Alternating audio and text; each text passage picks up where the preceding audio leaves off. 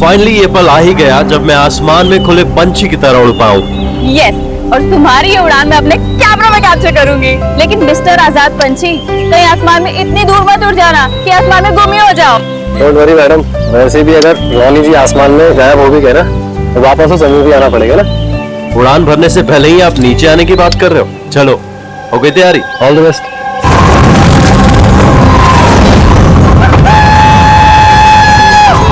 Yes, this is so much fun! Oh my God! Woohoo!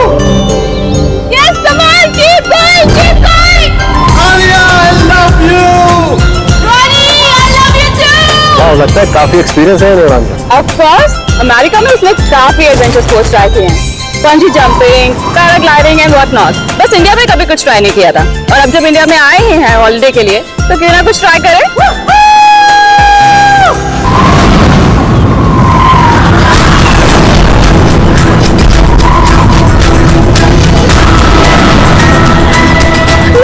Ronnie को कुछ हो गया। जॉन को कुछ हो गया, देखो।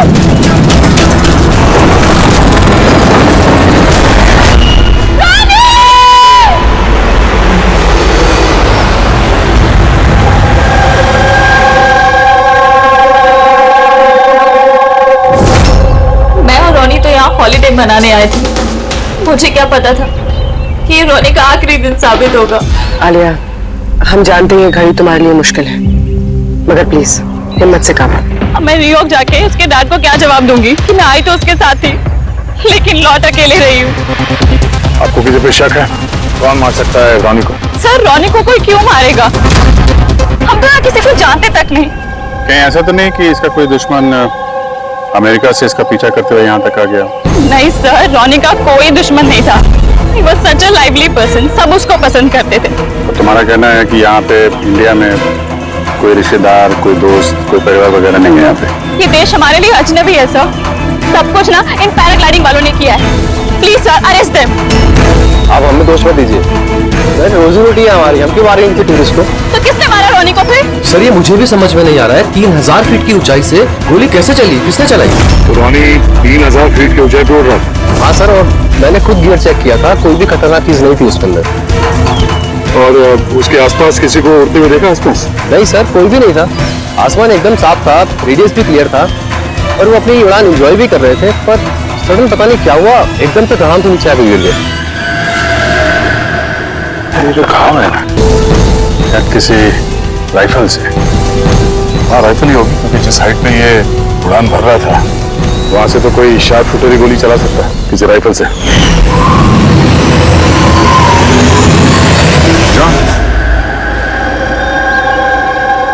यहाँ आसपास किसी को गन या राइफल के साथ देखा है क्या तुमने? यहाँ पर गन लेना अलाउ नहीं है। आप असली गन की बात कर रहे हैं, वो दिवाली वाली पटाखे की बंदूक तो नहीं जा सकता कोई।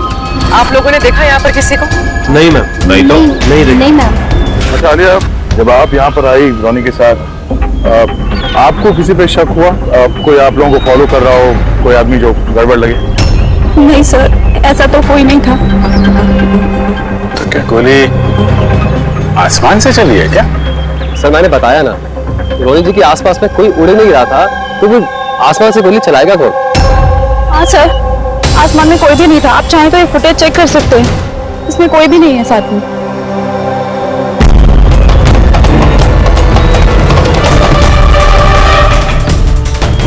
फुटेज में तो रॉनी के आसपास दूर दूर तक कोई दिख नहीं रहा। सर, जमीन से नीचे से ऊपर किसी ने गोली नहीं चलाई।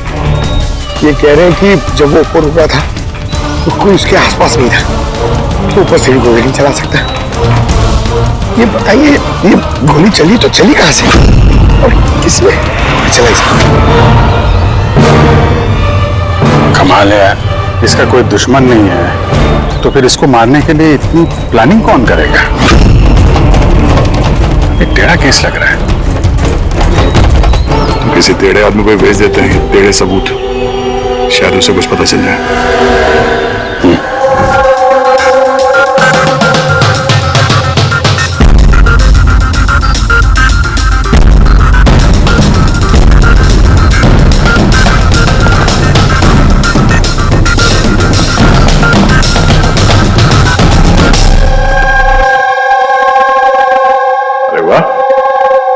आज आप दोनों जिस कदर काम में डूबे हुए हो, ऐसा लगता है कि बहुत सारे सुराग देके भेजने वाले हो हमें यहाँ से।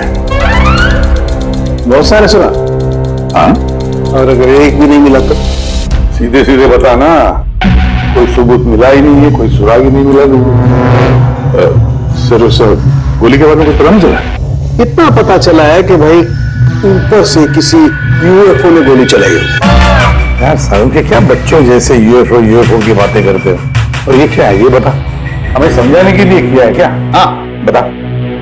देखो बॉस, रॉनी ग्राउंड से 3000 फीट की ऊंचाई पर उड़ान भर रहा था और गोली लगी है उसे इससे भी ऊपर, लगभग 1000 फीट की ऊंचाई से। और ये गोली 60 डिग्री के एंगल से लगी है उसे। मुझे तो सोच सोच के चक्कर आ रहे हैं। आसमान में ऊपर से कौन गोली चला सकता है रोनी पे, और वो भी कैसे? अभी ठहर जा, और चक्कर आएगा। बॉस, ये गोली लगभग 3 किलोमीटर की दूरी से चली है ना, बड़ी अजीब बात है। गोली 3 किलोमीटर की दूरी से चलती है, 60 डिग्री में आती है, रॉनी के गले में घुस जाती है टेढ़ी। मतलब राइफल भी इस्तेमाल की है, बड़ी पावरफुल। बिल्कुल बॉस, राइफल भी पावरफुल है और गोली चलाने वाला भी पक्का निशानेबाज। इतनी ऊंचाई पर हवा बहुत तेजी से बहती है और टेम्परेचर भी ऊपर नीचे होता रहता है, फिर भी उसका निशाना चूका नहीं, एकदम अचूक पॉइंट पे लगा। तो गोली चलाने वाला भी मंजा हुआ खिलाड़ी है सर, एक शार्प शूटर। बिल्कुल, और ऐसे शार्प शूटर आसानी से तो मिलते नहीं जो ऐसा कारनामा कर जाए। लेकिन सर हमने सारे वीडियोस देख डाले। जब रॉनी आसमान में था तो उसके आसपास ना तो कोई चॉपर था ना पैराशूट, आसमान एकदम साफ था सर। वही तो समझ में नहीं आ रहा है कि किलर, ये गोली चलाने वाला था कहां पर, जबकि सारा आसमान साफ था, जब बादलों में छुप कर बैठा था। और सर वो गोली से क्या पता चला है? कुछ नहीं मिला पूर्वी। मैंने बैलिस्टिक डिपार्टमेंट का पूरा डेटाबेस चेक किया, ऐसी गोली का तो कोई रिकॉर्ड ही नहीं है। सर ये गोली जरूर कस्टम मेड बनवाई गई है। हाँ, अपने हिसाब से बना ली गोली, एक ऐसी गोली जो 3 किलोमीटर से चलती है और बिल्कुल निशाने पे लगती है। और सर अगर ये गोली इतनी जबरदस्त है तो इसकी राइफल भी काफी स्पेशल होगी। हाँ, एक काम करते हैं, ये गोली फायर आर्म्स विंग और बैलिस्टिक डिपार्टमेंट में भेजते हैं, देखते क्या रिपोर्ट आती है। अब ये जो भी कोई है इतने ऊपर चला गया खून करने के लिए, अब जल्द से जल्द इसे जमीन पर लाते हैं।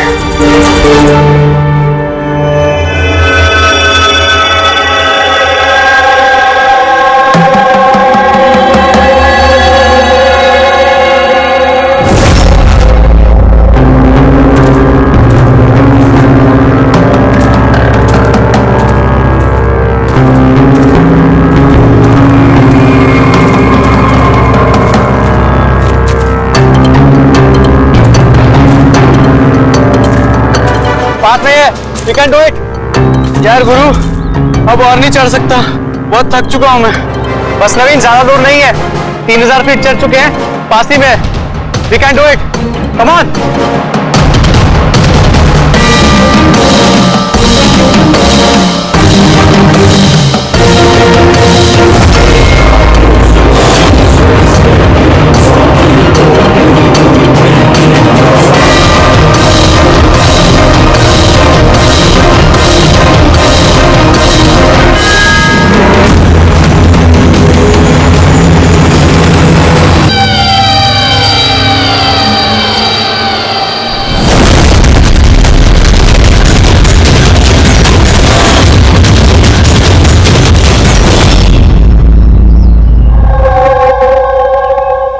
ऐसे लग रहा है जैसे रॉनी के मर्डर की फोटोकॉपी देख रहे हैं।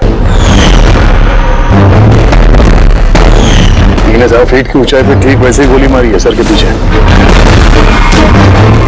इसको भी ऊपर से मारी। क्या आप लोग जब ट्रैकिंग कर रहे थे तो ये हितेन के पीछे भी कोई था क्या? नहीं सर, हितेन ही सबसे पीछे था सर। सर ये देखिए फुटेज। सर ये वही जगह जहाँ पे ये सब कुछ हुआ। कमाल है, पीछे तो सिर्फ खुला आसमान है। ऐसी कोई जगह दिखी नहीं रही जहां से गोली चलाई जा सके। तो इससे गोली कहां से लगी? दोनों केसेस में पता नहीं चल रहा है कि गोली चली कहां से है। सर एकदम सही कह रहे हैं। आसमान से कोई कौवा या कबूतर थोड़ी गोली चलाएगा। ये गोली चली तो चली कहां से? और ये दोनों गोलियां 24 घंटे के अंदर अंदर चली। मुझे लगता है इन दोनों केसेस का आपस में कोई ना कोई कनेक्शन तो है। तो ये हितेन काम क्या करता था? सर वो कॉलेज स्टूडेंट था सर, मुंबई ग्रेजुएशन करने आया था सर। ट्रैकिंग का बहुत शौक था उसको। अजीब, समझ में नहीं आ रहा कोई एक कॉलेज स्टूडेंट को मारने के लिए इतनी प्लानिंग क्यों करेगा? वही तो, पहले रोनी और अब ये हितेन। इससे पहले कि आसमान से चलने वाली गोली का कोई तीसरा शिकार हो जाए, इस खूनी तक पहुंचना होगा जल्दी से जल्दी। पिछले 24 घंटों में 2 खून हुए हैं, दोनों जवान बच्चे, और दोनों को मारने का तरीका भी क्या हाई प्रोफाइल। सर दोनों की मौत हुई है एडवेंचर स्पोर्ट्स करते हुए। जमीन से हजारों फीट ऊपर मारा है सर। अब ऐसा सोचने वाली बात है कि खूनी ने ये एडवेंचर स्पोर्ट वाला समय ही क्यों चुना इनको मारने के लिए? तो उन्हें कभी भी मार सकता था। इतनी लंबी प्लानिंग 2 बच्चों को मारने के लिए। सिर्फ प्लानिंग ही लंबी नहीं दया, गन भी लंबी। ये ऐसी। ये कौन सी राइफल है सर? ये है TX-65, रशियन गन है बॉस, लॉन्ग रेंज। ऐसी ही गन से मारा गया होगा। सालुंके साहब, क्या इस गन से 3 किलोमीटर दूर निशाना लगाया जा सकता है? हाँ पेड़ी, शूटिंग रेंज में ट्राई करके देख लिया है, इसकी रेंज 3 किलोमीटर से ऊपर ही है। ऐसी गन तो आर्मी वालों के पास या फिर आतंकवादियों के पास ही मिलेगी। बिल्कुल बॉस, और इसीलिए मुझे लगता है कि ये सिर्फ मर्डर का मामला नहीं है, कोई बहुत बड़ा गुनाह होने वाला है, लार्ज स्केल पर।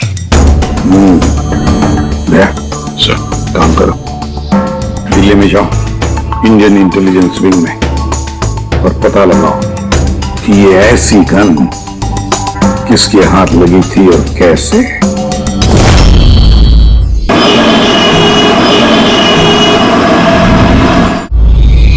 ये सारे खून इसी राइफल से हुए, और आप लोग तो जानते हैं ऐसी हाई प्रोफाइल राइफल सबके हाथ में तो लग नहीं सकती।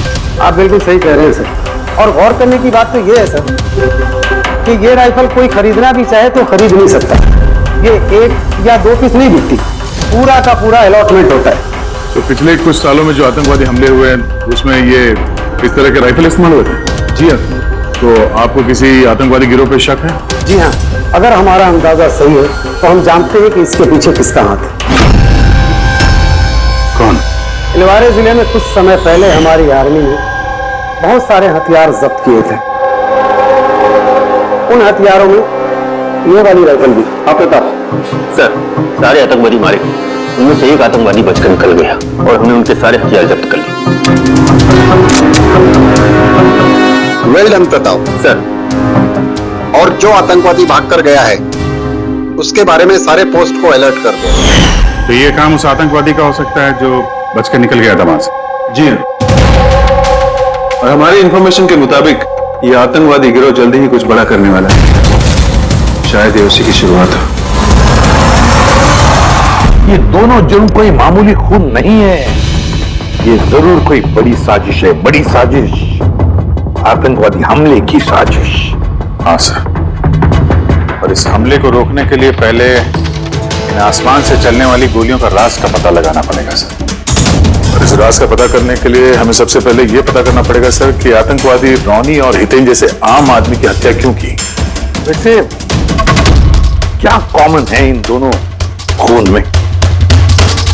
सर, दोनों मर्डर हवा में हुए, दोनों बार गोलियां ऊपर से चली, हाई प्रोफाइल राइफल से। किसी प्रोफेशनल शार्प शूटर का काम है सर ये।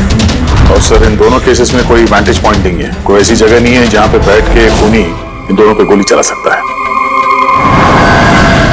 वैंटेज पॉइंट, वैंटेज पॉइंट, यही तो वजह नहीं हो सकती है? तो आप कहना चाह रहे हैं सर कि खूनी के पास कोई जगह नहीं थी बैठ के गोली चलाने की, और उसे ये पक्का करना था कि उसका टारगेट छूटे ना, उससे कोई चूक ना हो, इसलिए वो इन दोनों पर प्रैक्टिस कर रहा था। Exactly Abhijeet, exactly.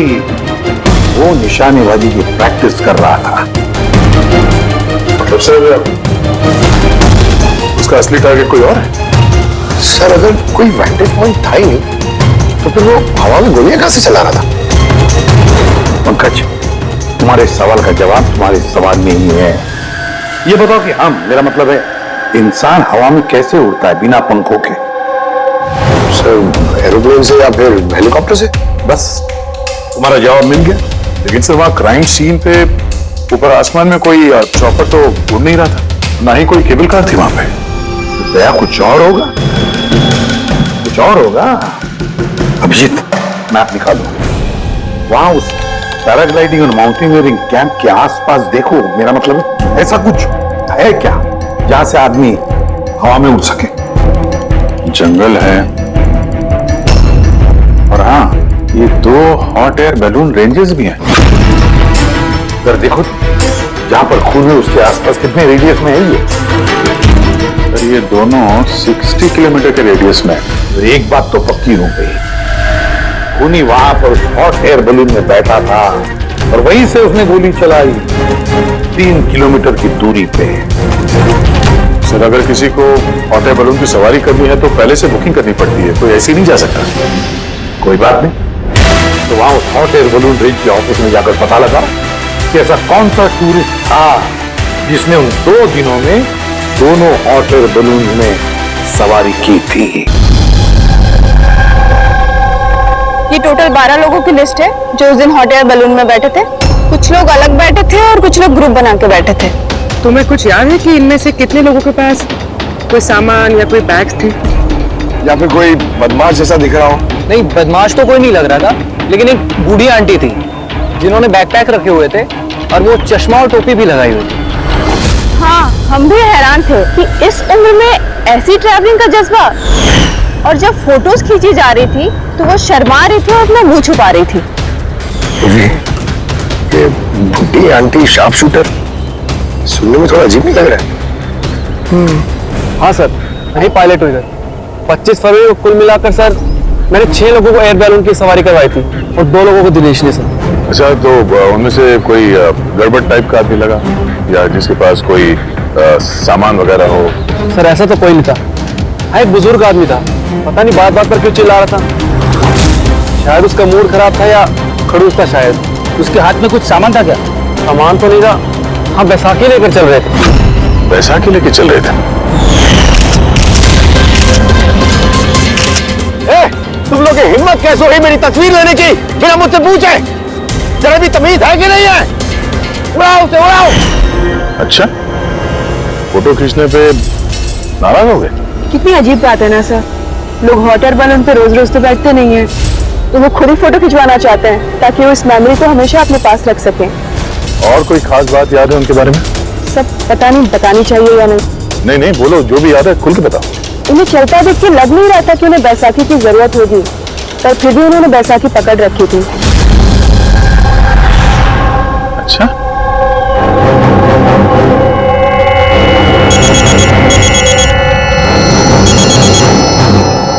हाँ सर। हाँ भी कुछ मालूम पड़ा? सर यहाँ पर एक बूढ़ी औरत आई थी और उसके हाथ में एक बैकपैक भी था। और हाँ, फोटो खिंचवाने से भी ऐतराज कर रहे थे। अच्छा, यहाँ भी एक बूढ़ा आदमी आया था हॉट एयर बलून में बैसाखी लेके, और उसे भी फोटो खिंचवाने से परहेज था। सर कहीं ये बूढ़ा आदमी और ये बूढ़ी औरत एक ही इंसान तो नहीं है? एग्जैक्टली, वही शार्प शूटर। उसके बैग में और इसके बैसाखी में वो राइफल था जिससे ये खून हुआ है। और सर दोनों दिन ये ऊपर अकेला ही गया होगा, क्योंकि अगर किसी और टूरिस्ट के साथ जाता तो फिर राइफल सेट करने में और निशाना साधने में काफी मुश्किल हो जाते। नहीं पूरी, मुझे लगता है वो अकेला तो नहीं गया होगा। मतलब हॉट एयर बलून चलाना और साथ में ये राइफल भी चलाना, दोनों काम एक साथ करना जरा मुश्किल है। इस हॉट एयर बलून का पायलट भी होगा साथ में। मतलब सर इस जुर्म में पायलट भी मिले हुए हैं? यस, एक काम करो, उस पायलट को पकड़ो जल्दी। उस दिन उस बूढ़ी औरत को ऊपर बलून में कौन ले गया था? पायलट कौन था? संजीव था।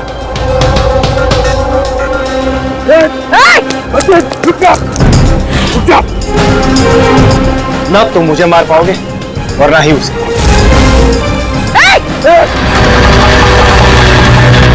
लगता है ये तो अपनी जान देने के लिए तैयार था। ये कोई छोटे मोटे मर्डर्स नहीं है पंकज, कोई बहुत बड़ा मिशन है जिसे अगर जल्द से जल्द नहीं रोका गया तो कुछ बहुत बुरा हो सकता है। अच्छा गीता, 24 फरवरी को जो आदमी ग्रुप में नहीं जाना चाहता था, अकेले जाना चाहता था, उसका पायलट कौन था? कौन लेकर? सोलो ट्रैवलर को तो दिनेश लेकर गया था।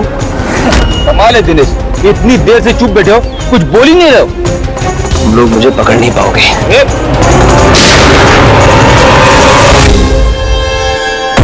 अभी यमराज तुझे अपॉइंटमेंट देने के मूड में नहीं है। जब तक हमारे सवालों का जवाब नहीं मिल जाता तुझे जिंदा रहना पड़ेगा। चल। मार लो, जितना मार सकते हो मार लो, मुझे कोई फर्क नहीं पड़ता। वैसे भी तुम्हारे इन कानून के कमजोर थप्पड़ों में इतनी ताकत नहीं है कि मेरे जुर्म की मजबूत हड्डियों को गला सके। समझे? तुम्हारे साथ जोर जबरदस्ती करना होता तो उसके लिए तो 2 मिनट का काम है हमारे लिए। तो बाद में ख्याल आता है तुम्हारे परिवार का, तुम्हारी बहन। अगले महीने उसकी शादी है ना? कैसा लगेगा उसे कि उसकी शादी हो रही है और शादी के वक्त उसका भाई इस दुनिया में नहीं है? हा? और तुम्हारी माँ हर महीने खर्चे के लिए पैसे भेजते हो ना? तुम्हारे जाने के बाद कौन ख्याल रखेगा उसका? कभी सोचा इसके बारे में? हाँ? नहीं? चलो, अब भी मौका है। सरकारी गवाह बन जाओ। वादा करते हैं तुम्हारे जेल जाने के बाद तुम्हारी माँ का ख्याल हम रखेंगे। सच? मतलब पूरा ख्याल रखोगे? पूरा ख्याल? हाँ, तुम्हारी माँ का पूरा ख्याल रखेंगे। तुम बस ये बताओ कि किसके लिए काम करते हो? तुम्हारा बॉस कौन है? बता दो, पक्का बता दो? हाँ बताओ। मैं जिसके लिए काम करता हूं ना, मेरा बॉस है सर, उसका नाम है एसीपी प्रद्युम्न।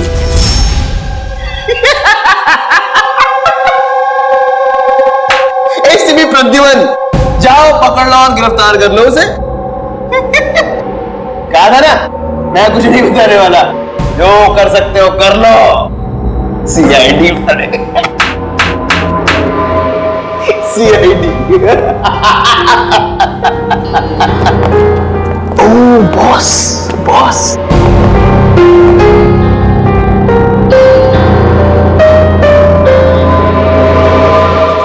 कोई बात नहीं, कुछ मत बताना। अब हम ना तुमसे कुछ पूछेंगे, कुछ बताने के लिए तुम पर जोर जबरदस्ती करेंगे, कुछ नहीं, सिर्फ एक करेंगे, हम तुम्हें सोने नहीं देंगे। सोने नहीं देंगे? वैसे भी मैं अगर जागता रहा तो मैं कुछ बताने नहीं वाला हूं आप लोगों को। कोई जरूरत नहीं, कुछ मत बताओ, पर सोने नहीं देंगे तुम्हें। ओके? यार दया, मैंने तो सुना है कि आदमी खाने पीने के बगैर तो काफी दिनों तक सरवाइव कर सकता है, लेकिन सोए भी ना? कितना तड़पेगा ये बेचारा। बड़ी बुरी मौत मरेगा, मुझसे तो देखा नहीं जाएगा।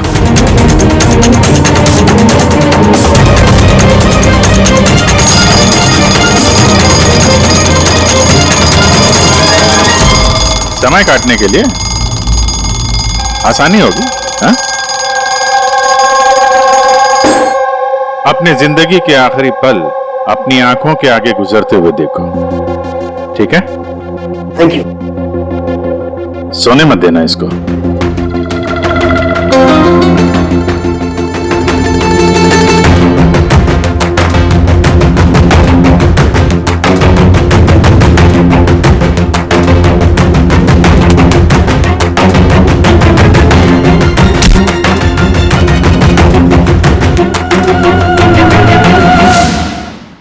Ready sir. अरे कहाँ हो यार?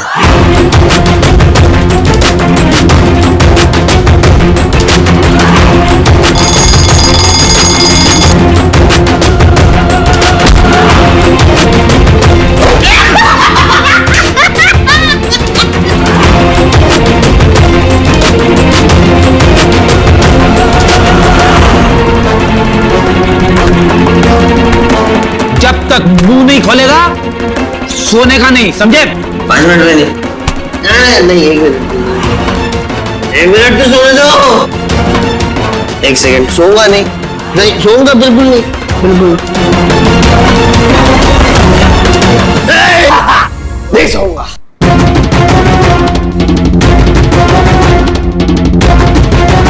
बस अब टूटने वाला ही है।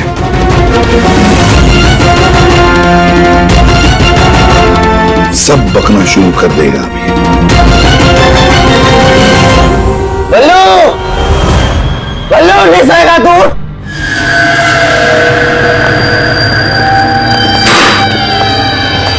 क्या सोना चाहता है? तो सोने देंगे ना भाई, क्या प्रॉब्लम है? चलो हम सोने देंगे तुम्हें। कल ये बताओ कि तुम्हारे गिरोह का प्लान क्या है? हाँ बता दो।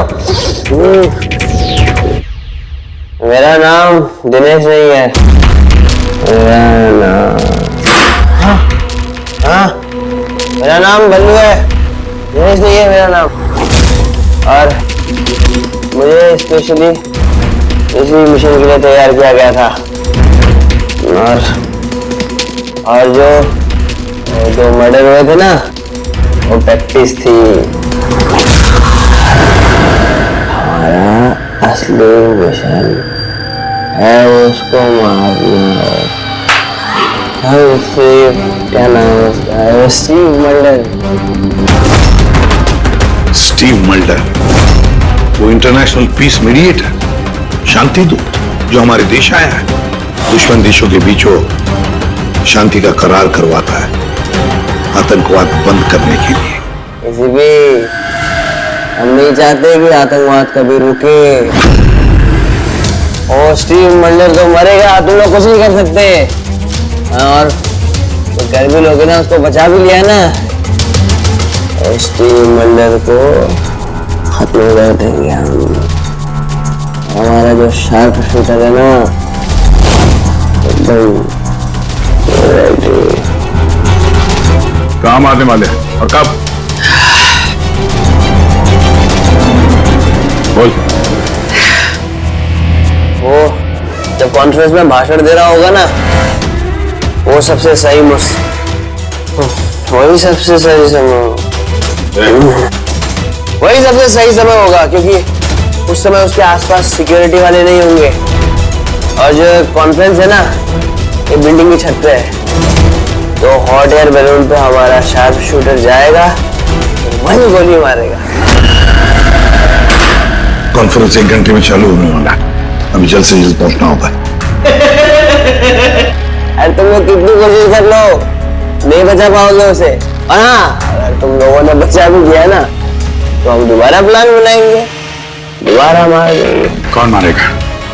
कैसा दिखता है वो? अरे मैंने उनकी शक्ल नहीं देखी अभी तक। जब भी आता है भेड़ बदल के आता है। तुम लोग क्या उसमें पकड़ोगे? हॉस्पिटल ले जाओ जल्दी। सर, क्या हम हॉट एयर बलून रुकवा नहीं सकते जब तक ये कॉन्फ्रेंस पूरी न हो जाए? नहीं फ्रेडी, ये हॉट एयर बलून हम नहीं रुकवाएंगे। अगर आज रोक दिए तो कल दूसरा प्लान करेंगे। आज का प्लान हमें पता है, हम आज ही भिड़ेंगे इनसे।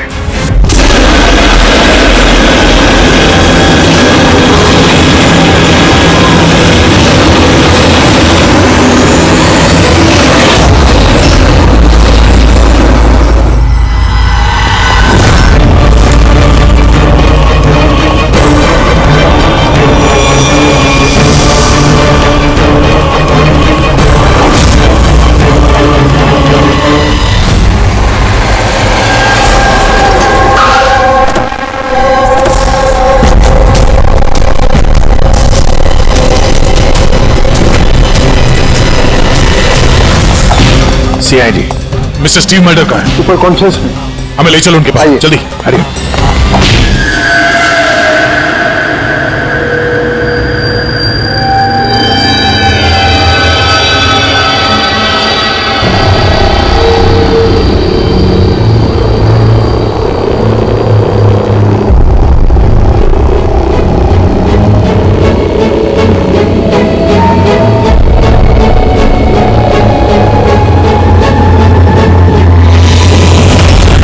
यहाँ पे 4 बलून है, 2 हवा में और 2 रेडी हो रहे हैं उड़ने के लिए। मेरे सामने जो बलून है सर,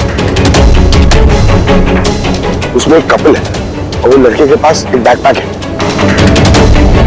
नजर रखो उन पे, कौन कौन आ रहा है, कौन कौन जा रहा है, सब पे ध्यान रखना। ओके?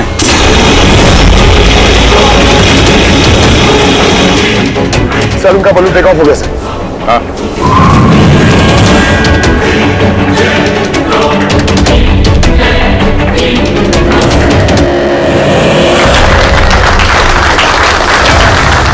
इस दुनिया में टेररिज्म क्यों है, ये क्वेश्चन बहुत जरूरी है।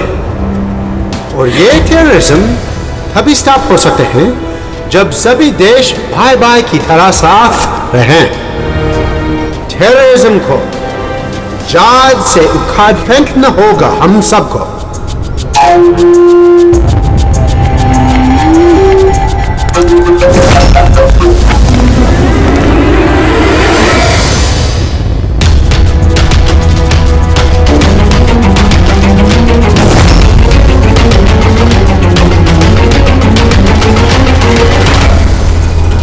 तो म्यूजिशियन है, उड़ने की तैयारी में है। उनके हाथ में गिटार के बैग है। अब ये बताना मुश्किल है कि अंदर गिटार है या गन।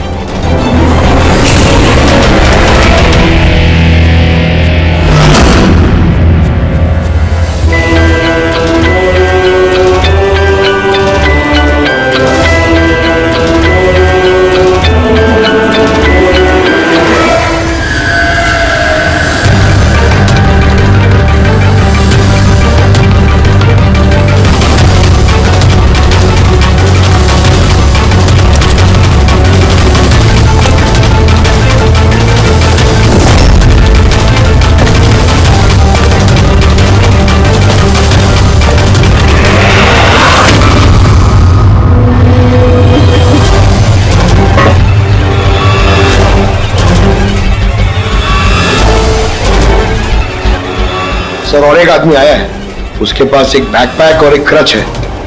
वेट करते हैं।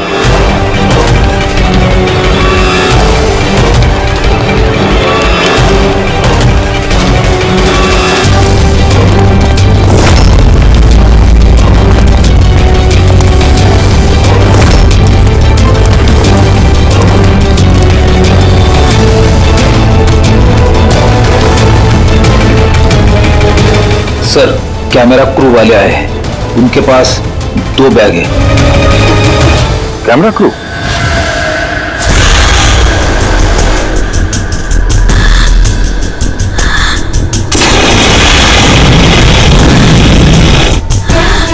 उन्हें नजरों से ओझल होने मत देना। नजर रखो उन पे।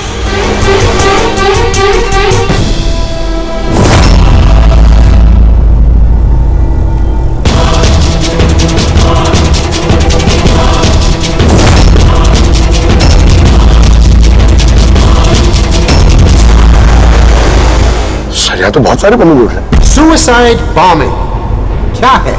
कोई खुशी खुशी हो अपनी जान देने को कैसे रेडी हो सकते हैं? जिंदगी अनमोल। Oh no! We need to respect. ये सारे बलून? और हर देश वो कौन सा बलून होगा जिसकी हमें तलाश है? लगता है भेष बदल के आया है। तो शक्ल से कुछ गड़बड़ लग रहा है।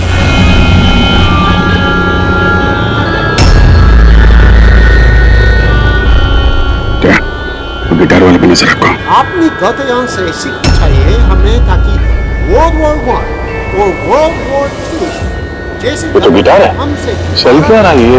ऊपर जाके वो लोग म्यूजिक बजाने वाले हैं क्या? बाकी तो सारे बलून्स निकल गए, एक रह गया। मतलब सर इस बलून में हमारा sharp shooter. Wait and watch. मतलब सर इस बलून में हमारा शार्प शूटर। वो मुझे भी सही मेरा कैमरा क्रू। सर ये कहाँ गायब हो गया?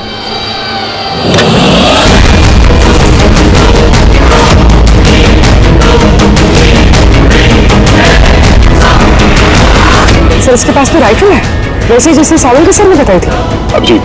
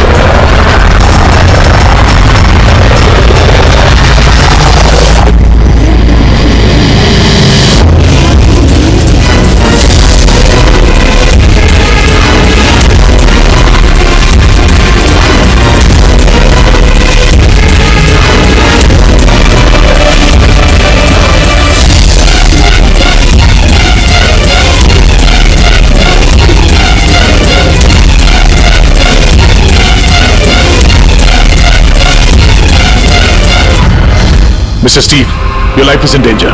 आपकी जान को खतरा है। आप क्या करें? We are the plan. Thank you CID. अगर आप लोग आज सही वक्त पे नहीं आते, मैं जिंदा नहीं होता। क्योंकि मिस्टर स्टीव, खतरा अभी गया नहीं है। अभी खून पकड़ा नहीं गया है, इसलिए बी सेफ है। Be careful. Okay ready? Pankaj, उस बलून पे नजर रखना, आंखों से ओझल होने मत देना। हाँ सर, हम लोग बलून को ट्रैक कर रहे हैं।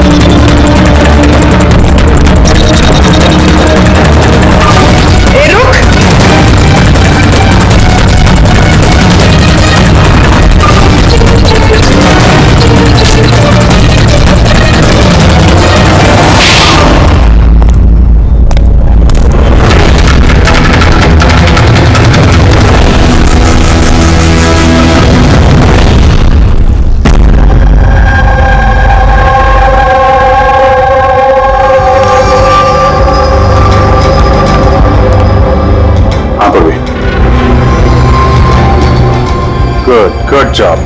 Congrats. पकड़ गया क्या वो, mister Abhijeet? Yes, Mr. Steve, we got you. Yes. Well done. Well done. CID वर्षों से इस देश की सेवा कर रहे हैं और आज एक बार फिर आपने एक खतरनाक टेररिस्ट को पकड़ लिए है। अभी वो पकड़ा क्या है? बहुत जल्द हम उसके पूरे ग्रुप को पकड़ लेंगे। Mister Steve, we are very proud of you. आप जैसे लोगों की दुनिया को जरूरत है, जो आप जैसे साहसी हैं और नेक हो।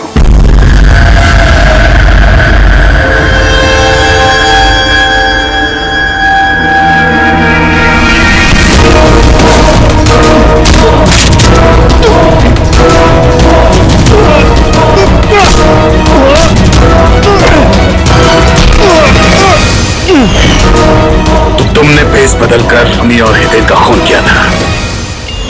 मिस्टर शार्प शूटर, अब जेल की उड़ान भरना फांसी पे छूटते हमें समझा। तुम्हें क्या लगता है तुमने मुझे पकड़ लिया तो स्टीव जिंदा बच जाएगा? कमी नहीं, हमारी तादाद इतनी ज्यादा है कि तुम्हारा कानून हमें ढूंढते ढूंढते थक जाएगा, लेकिन हम खत्म नहीं होंगे। खत्म होगा तो तुम्हारा ये देश। एक खटमल हमारे देश पे बुरी नजर डालने वाले आए और चले गए। जानता है हमारे देश को आजाद हुए कितने साल हो गए? 70 साल।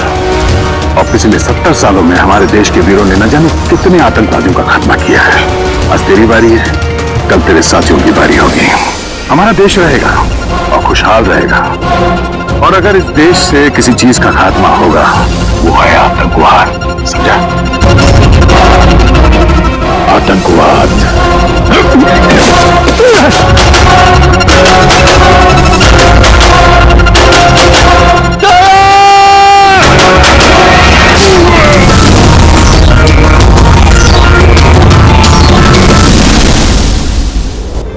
आतंकवादी पीठ पे ही गोली मारोगे? हम लोग यहां खाते गोली, यहां।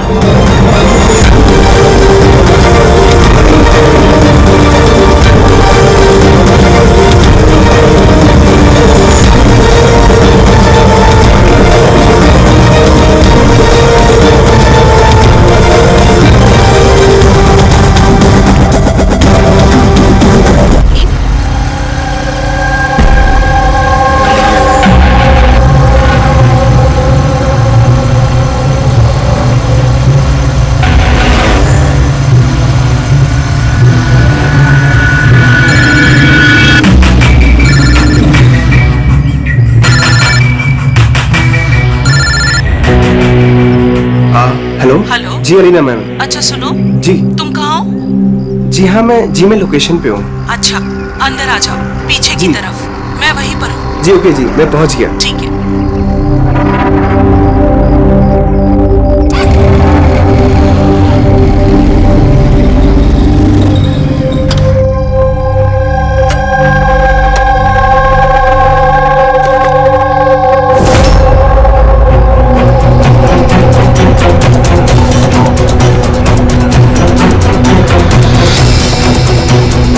ऐसी जगह है यार।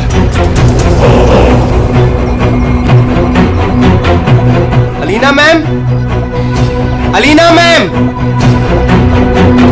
कोई है?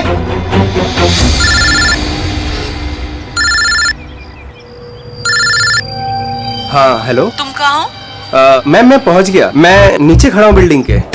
अच्छा एक काम करो ऊपर आ जाओ। ऊपर मैम? हाँ ऊपर, जल्दी आ जाओ। ओके ठीक है मैम, मैं आता हूँ। ओके।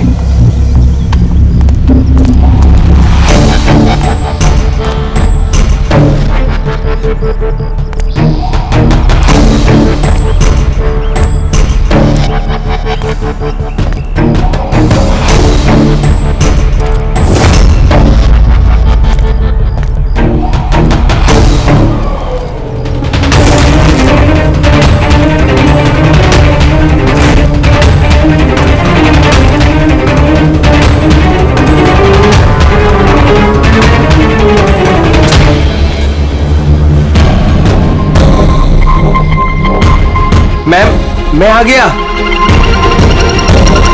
अलीना मैम, मैम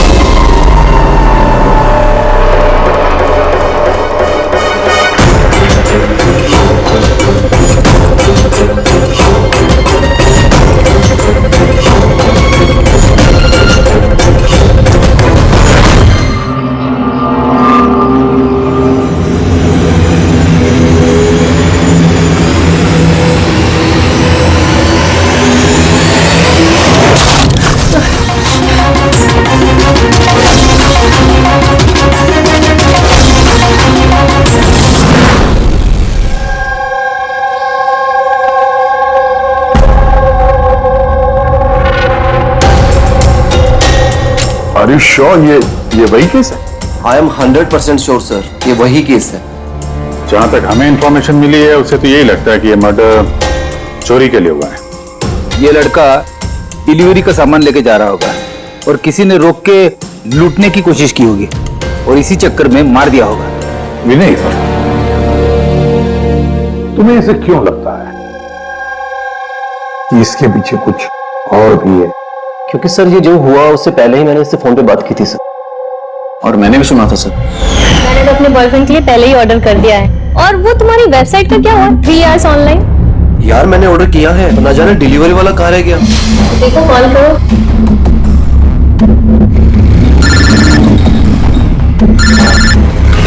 हाँ हेलो। भाई कहाँ रह गए यार, कब से वेट कर रहा हूँ आपका। सॉरी सर, आधे घंटे में आ रहा हूँ। मेरे क्लाइंट ने एड्रेस कहीं का दिया था और उसने मुझे बुलाया कहीं पर है। बस सर वही जगह मैं ढूंढ रहा हूँ। प्लीज सर थोड़ा सा वेट करिए। हेलो भैया, ये एसजे मिल्स का है? एसजे मिल्स उस तरफ। हेलो, अरे किससे बात कर रहे हो?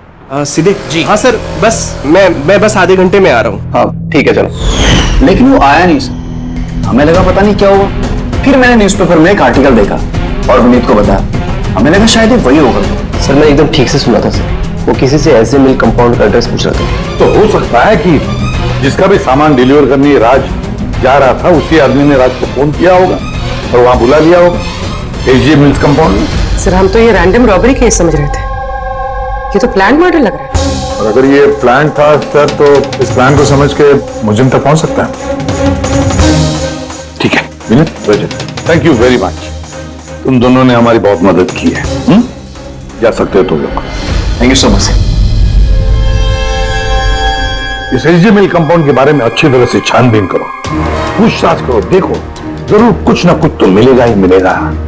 और उस आदमी का भी पता लगाओ जिसने राज को फोन करके वहां बुला लिया एसजे मिल कंपाउंड में।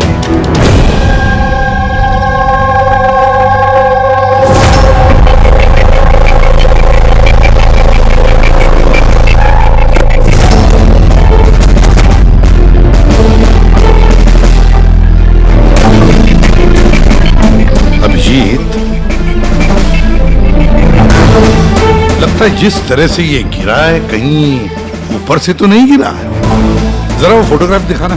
Yes sir, yes. पीठ के बल गिरा है और रानी कुछ पता चला इसके बारे में? कौन था ये? हाँ सर, पता किया है। इसका नाम राज था। कॉरेस्पॉन्डेंस से बीए की पढ़ाई कर रहा था और इसकी फैमिली में कोई है नहीं। अपना खर्च निकालने के लिए ये ई शॉप ऑनलाइन शॉपिंग में ये काम कर रहा था। बेचारा। एक बात बताओ, कितने का इसका सामान चोरी हुआ? तकरीबन सर 1.5 लाख रुपए का। लेकिन सर जो भी सामान चोरी हुआ है वो सारे इंश्योर थे सर। इंश्योर है? मतलब कंपनी वाले को और जिसने ऑर्डर किया था उन दोनों को कोई नुकसान नहीं होगा। लेकिन सर बेचारे की जान चली गई, वो भी सिर्फ 1.5 लाख के लिए। इसका मोबाइल और पर्स ये दोनों भी गायब हैं। रानी जरा एक बात बताओ, ये बिल्डिंग ऐसी आधी अधूरी क्यों है? मेरा मतलब है इसका कंस्ट्रक्शन बंद क्यों है? कुछ जानते हो इसके बारे में? हाँ सर, मैंने पता किया था। एक्चुअली बिल्डर के पास में पैसे की कमी हो गई थी तो उसने काम को बीच में छोड़ दिया। मतलब सिक्योरिटी वाला, वॉचमैन, सीसीटीवी कैमरा कुछ भी नहीं, सुनसान खंडहर। खून करने के लिए इससे बेटर जगह तो हो ही नहीं सकती सर। काफी प्लानिंग करके मर्डर किया गया है, तभी तो कोई एविडेंस हाथ नहीं लगा। कुछ नहीं तो फिंगरप्रिंट्स के लिए तो ट्राई कर सकते हैं। कुछ नहीं मिला बॉस, कोई फिंगरप्रिंट्स नहीं, एकदम क्लीन। और वो हथियार भी नहीं मिला जिसे इस बेचारे राज का गला काट दिया। सर ये गले का निशान देख के लग रहा है कि शायद चाकू जैसा कुछ होगा, लेकिन सीधा नॉर्मल वाला चाकू नहीं, चाकू जिसमें थोड़ा सा कर्व हो। और जो कुछ भी था वो बहुत बहुत शार्प था, इतना शार्प कि एक ही झटके में गला कट गया। एक ही झटके में गला कट गया और बस एक ही झटके में उसने इसकी हड्डी तोड़ दी। कहीं ऐसा तो नहीं कि उसे राज को जिंदा छोड़ना ही नहीं था, जान से मारना था? चोरी करने का उसका मकसद ही नहीं था। सर, राज जिस कंपनी में काम करता था उसके मालिक को ब्यूरो में बुलवाया है। सर, इस राज को मैं पर्सनली नहीं जानता था, लेकिन एम्प्लॉय रिकॉर्ड देखकर यह जरूर कह सकता हूं कि वो एक एफिशिएंट डिलीवरी बॉय था। सारे बॉसेस, सारे कस्टमर, ऑलमोस्ट सभी का उसके बारे में परफेक्ट फीडबैक है। इतने सिंसियर डिलीवरी बॉय को कोई क्यों मारना चाहेगा? हाँ सर, मैं भी यही सोच रहा हूँ। I am shocked sir. अच्छा, राज उस दिन जहां जहां डिलीवरी करने गया था और जो जो सामान चोरी हुआ है, हमें उनकी लिस्ट चाहिए। राज को उसी दिन किसी कस्टमर का कॉल आया था जिसका डिलीवरी होने से पहले उसने लोकेशन चेंज करने को कहा था। तो जितने भी कस्टमर्स हैं उन सबके नाम चाहिए हमें। सर,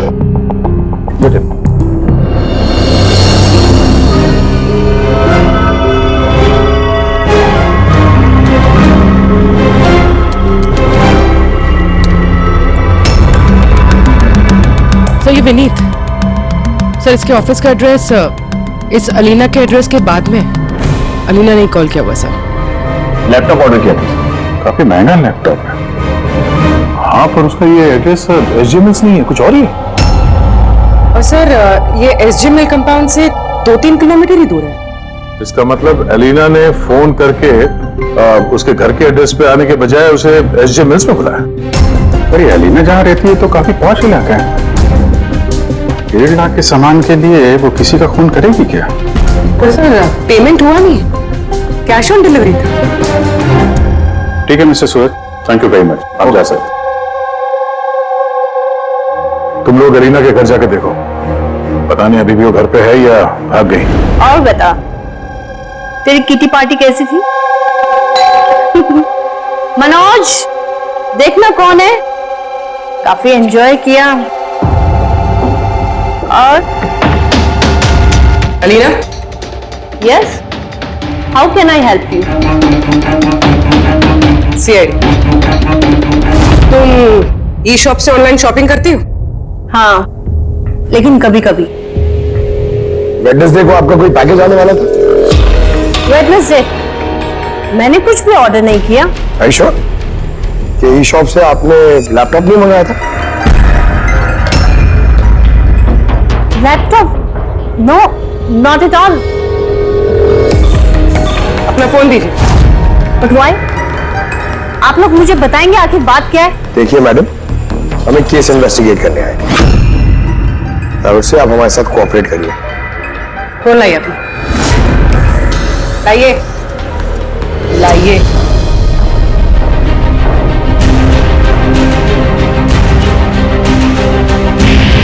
अगर तुमने कोई लैपटॉप ऑर्डर नहीं किया था तो वेडनेसडे को 12:55 पर तुमने डिलीवरी बॉय को फोन क्यों किया था? What? मैंने किसी डिलीवरी बॉय को फोन नहीं किया। आपके नाम से एक लैपटॉप ऑर्डर हुआ था जो आपके घर पे डिलीवर होने वाला था, और आपके मोबाइल नंबर से एक डिलीवरी बॉय को फोन किया था, और आपको कुछ नहीं पता? लिसन, मुझे सच में कुछ नहीं पता कि आप लोग क्या कह रहे हैं और किसके बारे में बात कर रहे हैं। चलो मान लेते हैं कि तुमने कुछ ऑर्डर नहीं किया था, तो तुम्हें कोई कंफर्मेशन मैसेज भी नहीं आया होगा। अभी पता चल जाएगा।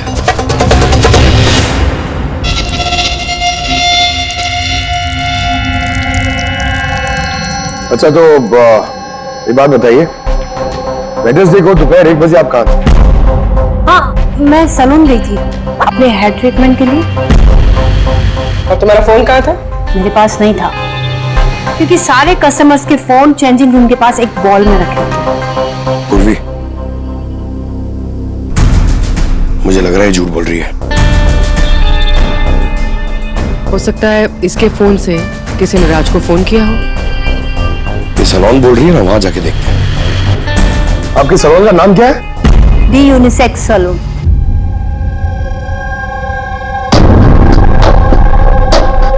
सर, ये अलीना शायद यहीं कहीं बैठी होगी अपना हेयर ट्रीटमेंट कराने के लिए।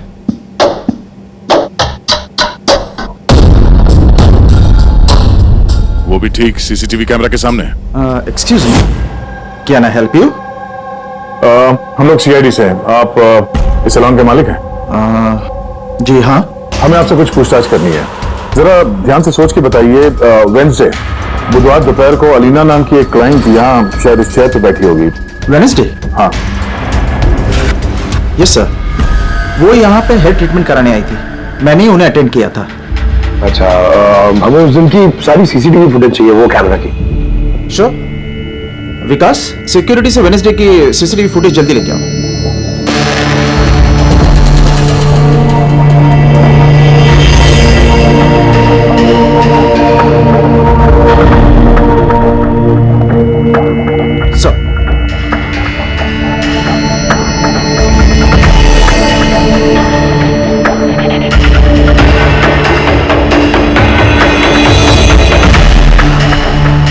अलीना तो पूरे वक्त अपने चेयर पे बैठी थी और उसने उस वक्त फोन भी यूज नहीं किया। ये आपके सैलून में अपने जो क्लाइंट्स आते हैं उनके मोबाइल फोन किसी बाउल में रखते हैं? यस सर, इस बाउल में सभी के फोन रखे जाते हैं जब तक उनकी ट्रीटमेंट चल रही होती है चेंजिंग रूम के पास। और इस फोन बाउल या चेंजिंग रूम के पास कौन कौन जा सकता है? क्लाइंट के अलावा मैं और हमारे स्टाफ की क्लीनिंग लेडी, वो बस। अच्छा, अपने क्लाइंट्स की इंफॉर्मेशन, मतलब उनका नाम, एड्रेस वगैरह, ये सब कहाँ लिखे रखते हैं आप? उस रजिस्टर में। वैसे भी वो रजिस्टर ओपन होता है, हर कोई देख सकता है उसे। हर कोई देख सकता है। अच्छा, आपके सैलून में कुल मिला के स्टाफ के लोग कितने हैं और उस दिन यहाँ पे क्लाइंट्स कितने थे? सर, स्टाफ में तो 8 से 10 लोग काम करते हैं, पर वेडनेसडे सर 4 से 5 लोग थे। सर, फुटेज में क्लियरली दिख रहा है जिस वक्त राज को अलीना के फोन से फोन आया था उस वक्त चेंजिंग रूम के पास इन 3 कस्टमर्स के अलावा और कोई नहीं गया था। सर, इनके अलावा कस्टमर्स में से भी कोई भी किसी का फोन यूज कर सकता है। ये उस वक्त ये बाकी के 3 क्लाइंट्स थे, इनका नाम जानते हैं? सर, ये तो हमारे रेगुलर क्लाइंट्स हैं, जेनी, शिमोना और कुणाल। उनको कांटेक्ट करके इमीडिएटली यहाँ पे बुलाओ।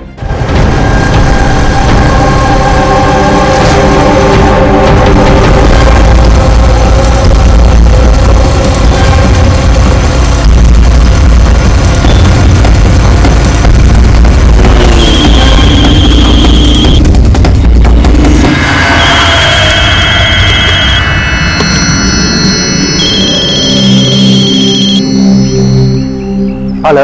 हाँ, मैं अमर बोल रहा हूँ। मेरा शॉपथॉन से एक ऑर्डर था जो आज डिलीवर होने वाला था। एक छोटी सी रिक्वेस्ट है कि ये तुम दूसरे एड्रेस पर डिलीवर कर सकते हो क्या? सॉरी सर, पॉसिबल नहीं हो पाएगा। मुझे आज बहुत सारी डिलीवरीज करनी है और मेरा पूरा शेड्यूल ऊपर नीचे हो जाएगा सर। नहीं यार, ज्यादा दूर नहीं है, मेरे घर से सिर्फ 5 मिनट की दूरी पर है।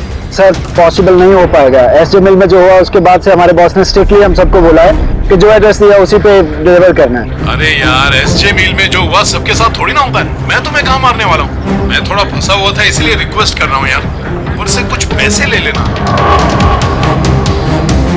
देखो, आगे नजदीक में एक वेयर हाउस है, तुम वहीं आ जाओ, मैं वेट कर रहा हूँ तुम्हारा। ठीक है सर, अब 2 डिलीवरी हो रहे हैं, उसके बाद आधे घंटे में आपके पास आता हूँ। अरे वाह, आ जाओ। कोई हमें बताएगा प्लीज, हो क्या रहा है और हमें यहाँ क्यों बुलाया? आखिर हमने किया क्या है? हमें आप लोगों से कुछ पूछताछ करनी है, एक मर्डर के बारे में। मर्डर? किसी के मर्डर से हमें क्या लेना देना? आखिर आप हमसे क्या पूछना चाहते हैं और आप हमें ऐसे क्यों घसीट रहे हैं इन सब चीजों में? वेडनेसडे बुधवार दोपहर को अलीना नाम की एक औरत यहाँ बैठी थी और उसके बाद दोपहर 1 बजे किसी ने उनके फोन से कॉल किया था और उसी ने बाद में मर्डर किया है। जरा ये देखो।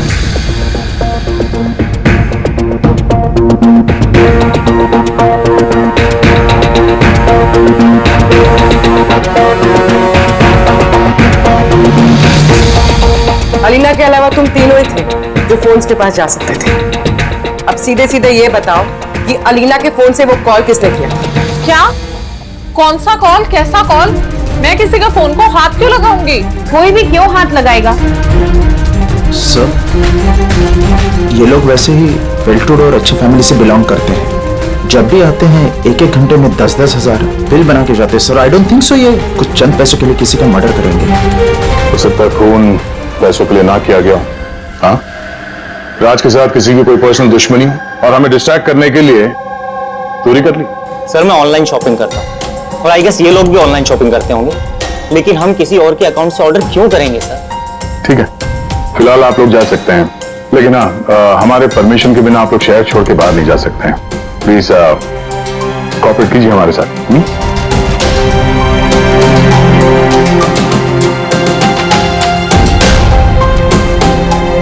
सर, ये इन तीनों को देख के लगता नहीं है कि इन्होंने खून किया। जो भी हो, इन तीनों पे नजर तो रखनी होगी।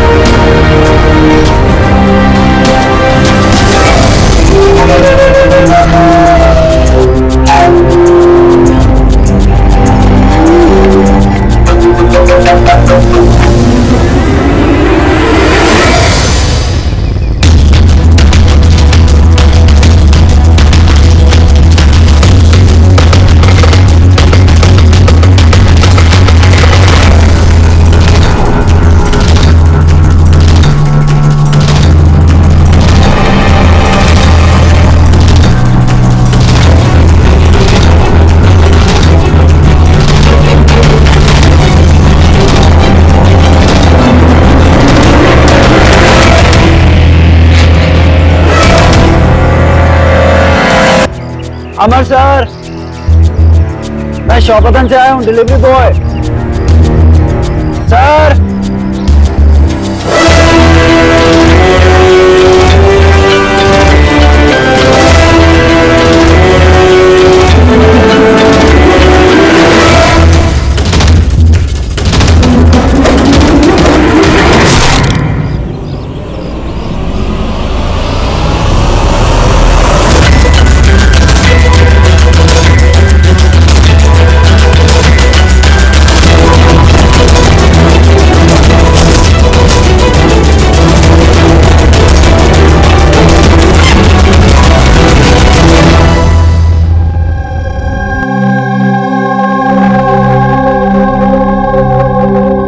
देखो जतिन, डरो मत, ठंडे दिमाग से सोच के बताओ कि एग्जैक्टली हुआ क्या था। सर सब कुछ बता तो दिया पुलिस को। एक बार फिर बता दो, हम सुनना चाहते हैं। शायद तुम्हें कुछ और याद आ जाए। मैं डिलीवरी के लिए जा रहा था जब वो मुझे कॉल आया। उसने कहा कि डिलीवरी घर पे नहीं, उसके थोड़ा आगे एक वेयर हाउस है, वहां पे करनी है। मैंने मना किया लेकिन मान नहीं रहे थे। बताया आखिर बड़ी अजीब सी जगह थी, मुझे लगा कुछ गड़बड़ है वहां। सर मेरी हिम्मत नहीं हुई अंदर जाने की। मैं वहीं गेट से वापस आने वाला था, तभी किसी ने जोर से मेरी तरफ चाकू फेंका और मैं वहां से भागा। देखा उस आदमी को? नहीं सर, मैं अपनी जान बचा के वहां से भागा, वही बहुत था मेरे लिए। मैं पीछे मुड़ के नहीं देखा। मैं आवाज तो सुनी होगी फोन पे, अगर फिर से सुनोगे तो पहचान लोगे? हाँ सर, पहचान लूंगा। इस अमर को बुलाओ। मैंने किसी को फोन नहीं किया और मैंने कुछ ऑर्डर भी नहीं किया, तो डिलीवरी वाले को मैं फोन क्यों करूंगा? उस वक्त तुम कहाँ थे? उस वक्त मैं जिम में था और वर्कआउट करते समय मैं फोन यूज नहीं करता, और हमारे फोन्स बाहर ड्रॉर्स में होते हैं।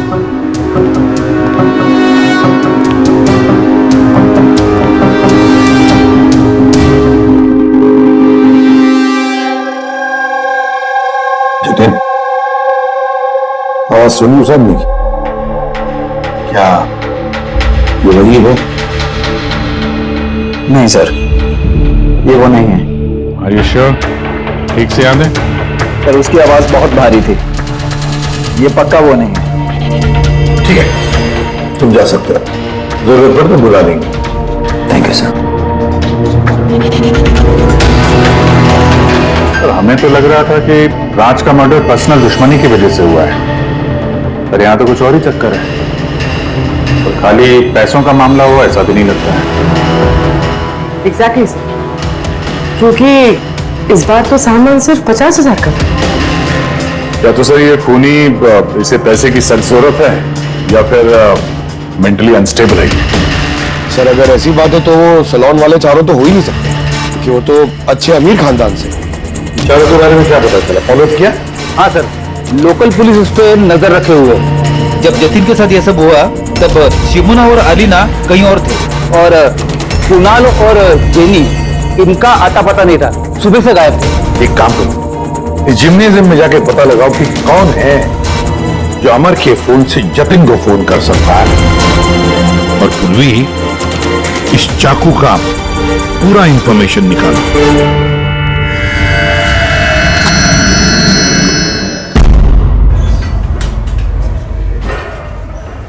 एक्सक्यूज मी, ये जिम का मैनेजर कौन है?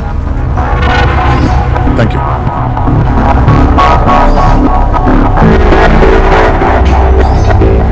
अरे आप तो ऑलरेडी इतने वेल बिल्ट हैं, ट्रेनर के जॉब के लिए अप्लाई करने आए हैं क्या?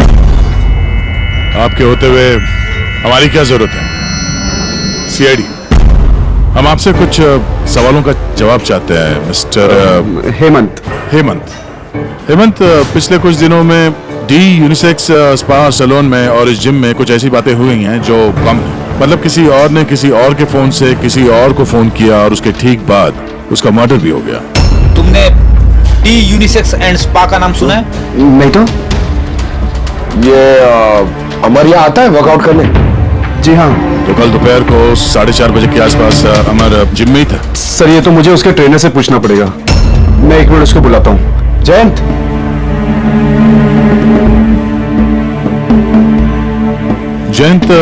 ये अमर कल दोपहर 4:30 बजे के आसपास जिम में था?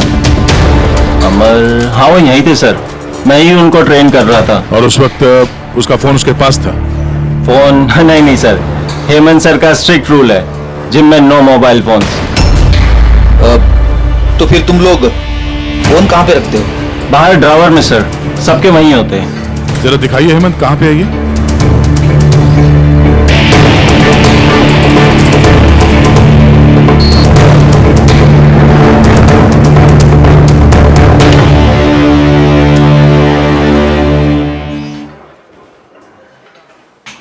सारे फोन्स एक साथ एक जगह पे, सेम पैटर्न।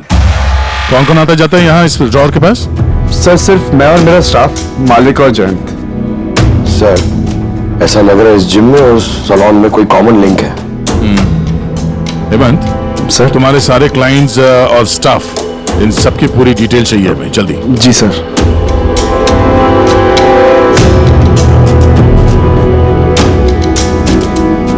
इनमें से किसी की आवाज मैच हुई? नहीं सर।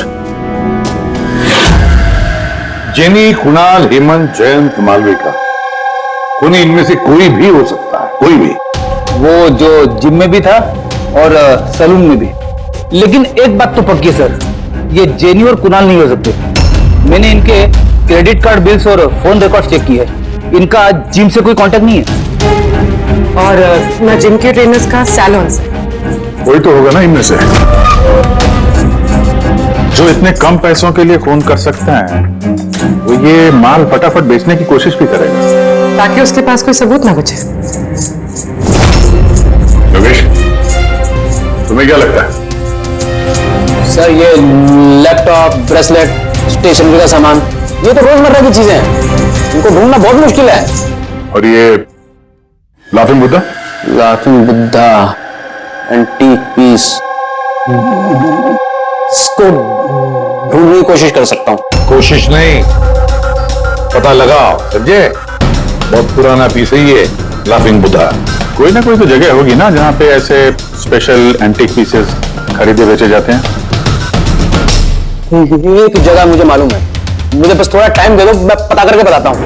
सर हाँ ठीक है योगेश, काम पे लग जाओ।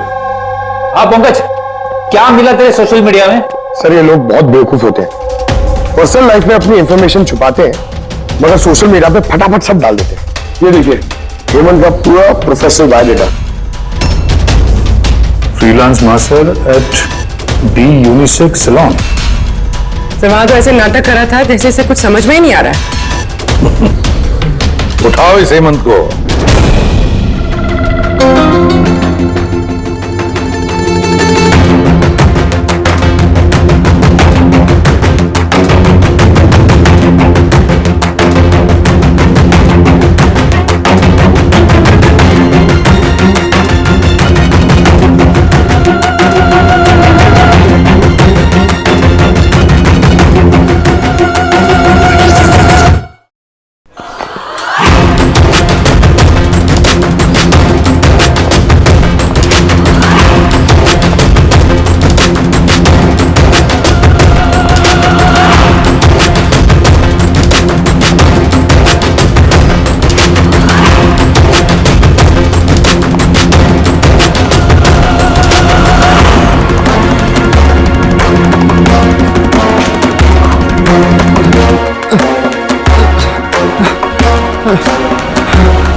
झूठ बोला तुमने हमसे।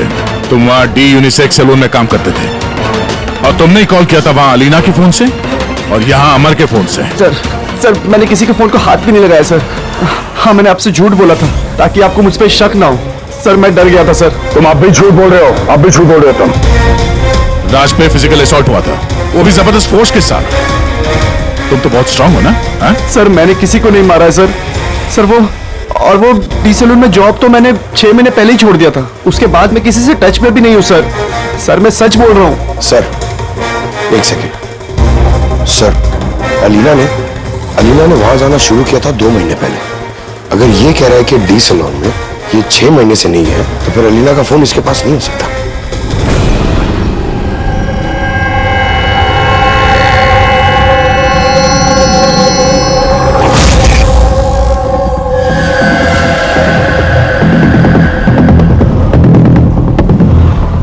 हेलो, हाँ सर, मैं उसी दुकान के बाहर खड़ा हुआ हूँ जिधर वो लाफिंग बुद्धा बेचा है।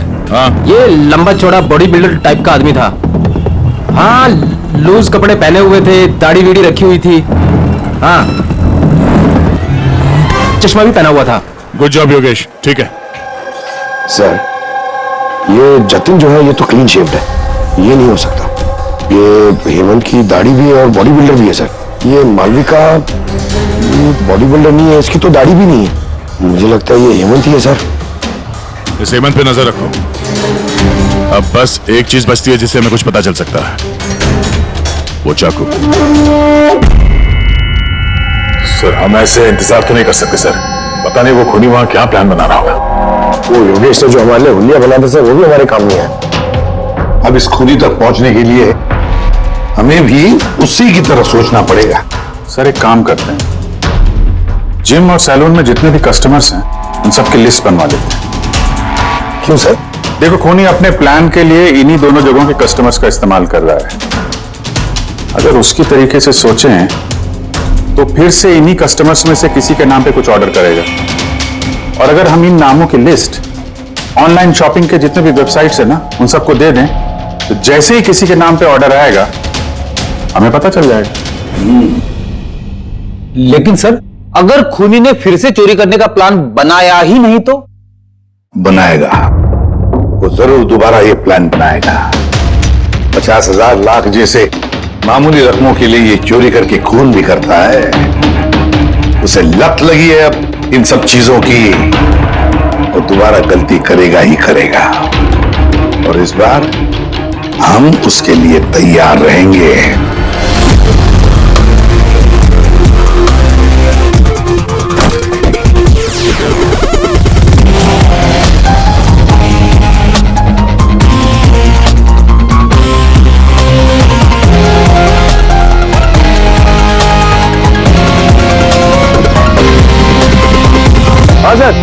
देखो पंकज, ये अरुण जो है वो सलून का क्लाइंट है और ऑर्डर इसी अरुण ने दी है। ओके, तुम्हें फोन आएगा थोड़ी देर में, तैयार रहना। सर मैं एकदम रेडी हूँ, तैयार बैठा हूँ यहाँ पे। गुड। और उसके ओरिजिनल एड्रेस पे जा रहा हूँ सर। हाँ।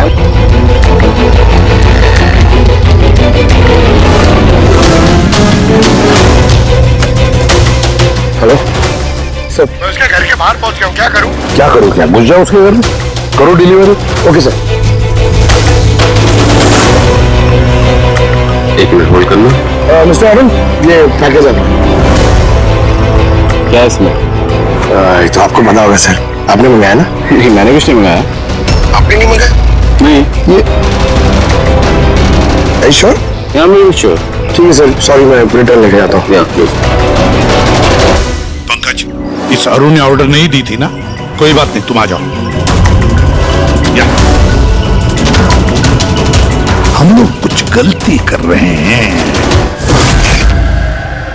बताया तो सही पूर्वी, कोई हम लोग को निशान नहीं मिले इस पे। तुमने डबल चेक किया? अरे मैंने ट्रिपल चेक किया, इस नाइफ पे एक भी निशान नहीं मिला है। लेकिन एक बात पक्की है पूर्वी, एक बात पक्की है कि राज का खून इसी चाकू से हुआ है, क्योंकि इस चाकू पर हमें राज के खून के ट्रेसेस मिले। राइट? राइट। और दूसरी एक बात, ये नाइफ थोड़ा स्पेशल है, थोड़ा अलग। इस पे जो डिजाइन बनी हुई है ना, इसे ध्यान से देखो। इसमें ये कुछ सिंबल जैसा है सर, इसका कुछ मतलब है या फिर ऐसे ही? आई होप पूर्वी इसका कुछ मतलब हो, ताकि हमें भी समझ में आए आखिर ये है क्या। सर ऐसे सिंबल्स की भाषा किसे समझ में आती है? मैं एक ऐसे आदमी को जानता हूं जो शायद इसका मतलब समझता हो।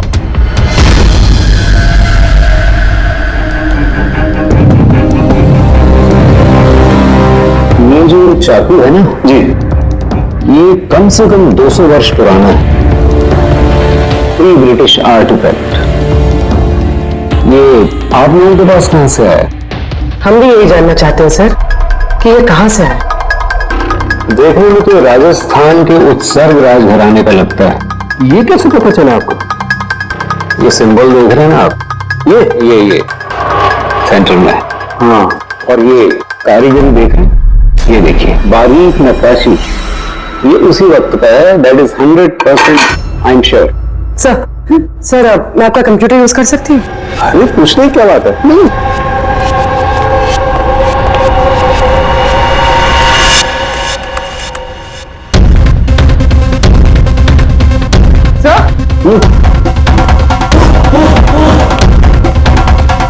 ये वाला तो यही है।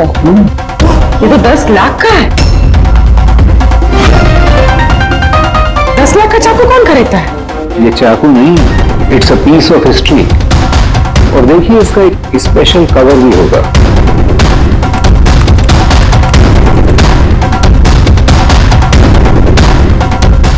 लाख? इसका कवर 60 लाख का है? 60 लाख कवर का? हाँ। सर इसके स्टोर मैनेजर को फोन करते हैं।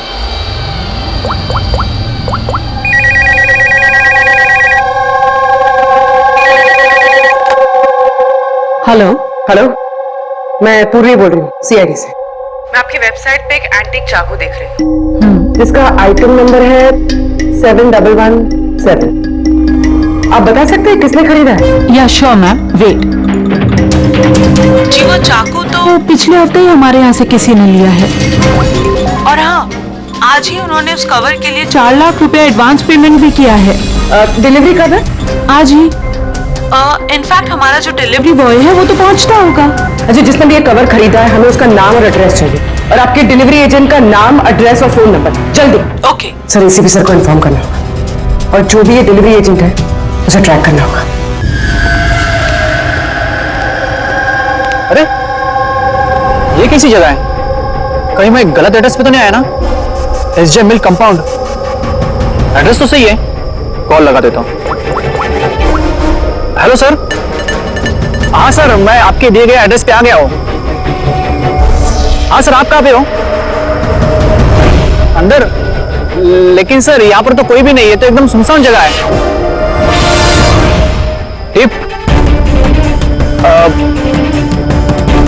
ठीक है सर, मैं अंदर आता हूँ।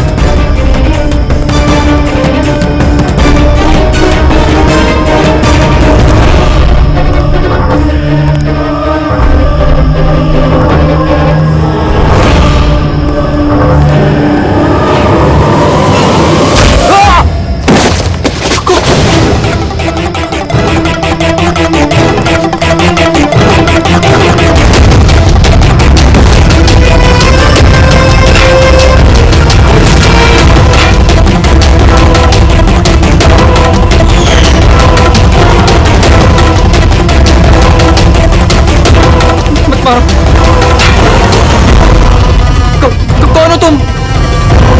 छोड़ दो मुझे।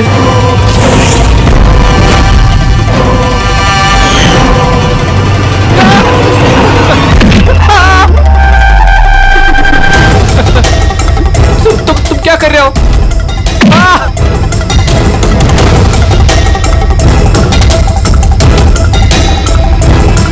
मत मारो।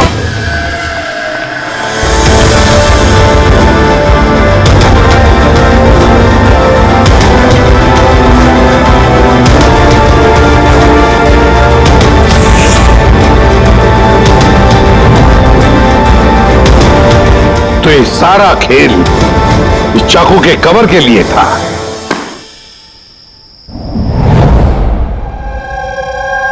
थक गई थी मैं अपनी लाइफ से, अपनी इस 50,000 की नौकरी से।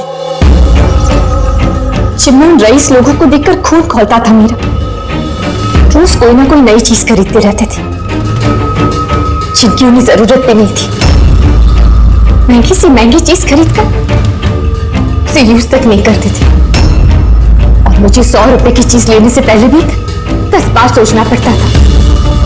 मैंने बहुत कोशिश की, लेकिन मुझसे कंट्रोल ही नहीं हुआ।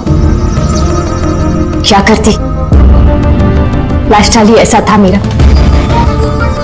जब वो सो गया, घर हाथ से छूट रहा था, कुंडी पैसों के लिए पीछे पड़े थे। ऐसे में सिर्फ शॉपिंग ही ऐसी चीज थी जिससे मुझे आराम मिलता था, लेकिन पैसे नहीं थे मेरे पास। और इसलिए तुमने उन लोगों को लूटना शुरू कर दिया जो ऑनलाइन शॉपिंग करते थे, है ना? और तो और इसमें तुमने कुणाल को, अपने बॉयफ्रेंड को भी शामिल कर दिया। कुणाल अब तक अपने खर्चों के लिए अपने पेरेंट्स पे डिपेंडेंट था, इसलिए मैं उससे नहीं मांग सकती थी। तो मैंने उसे भी अपना पार्टनर बना लिया ताकि वो मुझे छोड़कर ना जा सके। लेकिन वो चाकू ने तुम्हें फंसा दिया। वो चाकू तुमने खरीद तो लिया, उसका कवर नहीं खरीद पाई जो 60 लाख का था। वही पैसे इकट्ठा करने के लिए तुमने एक एक करके डिलीवरी बॉय को मारना शुरू कर दिया। और आज उसको भी मारने वाली थी जो चाकू का कवर डिलीवर करने वाला था। हमने सोचा कि चाकू और उसके कवर को बेचकर जो पैसे मिलेंगे उससे हम एक नई दुनिया बसाएंगे। बेच के? हाँ? जैसे तुम एक आदमी के फेस में वो लाफिंग बुद्धा बेचने गई थी। तुमने अपनी आवाज कैसे बदली जब तुमने जतिन को फोन किया था? वॉइस मॉड्यूलेटर ऐप से। मुझे लगा कि ऐसा करने से पुलिस को शक ही नहीं होगा, जयंत और हेमंत पर ही शक जाएगा। और उसी ऐप का इस्तेमाल करके तुमने राज को एसजे मिल में बुलवा लिया। क्यों?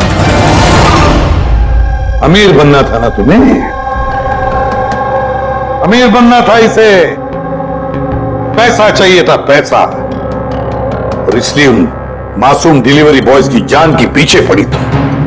खून कर दिया एक का, एक तो बेचारा बाल बाल बच गया और एक को हमने बचा दिया। क्या बिगाड़ा था उन्होंने तुम्हारा? हा? क्यों मारा तुमने उन्हें? अफसोस नहीं है तुम्हें अपने किए पर? अफसोस है, अफसोस है अपनी लाइफ पर। अगर मैं दूसरों की तरह अमीर होती तो मुझे ये सब करने की जरूरत ही नहीं पड़ती। खून करने के लिए कोई वजह जायज नहीं होती। तो तुम पैसों की बात कर रही हो। तुमसे ज्यादा जरूरत राज और जतिन को थी, और उनके पास भी कई मौके थे। वो लोग लाखों का सामान चुरा के भाग सकते थे, लेकिन उन लोगों ने ऐसा नहीं किया क्योंकि वो लोग मेहनती थे, ईमानदार थे। तुम दोनों की तरह क्रिमिनल्स नहीं। अब से शुरू होगी तुम्हारी नई लाइफ की शुरुआत जेल की सलाखों के पीछे। जिंदगी से थक गई थी ना तुम? अब आराम करते बैठना और सोचते रहना नए नए तरीके पैसे कमाने के ऑनलाइन शॉपिंग से। तब तक फांसी का ऑर्डर तो आ ही जाएगा। इस तरह के और भी एपिसोड देखने के लिए हमारे चैनल को सब्सक्राइब करें और बेल आइकन दबाना ना भूलें।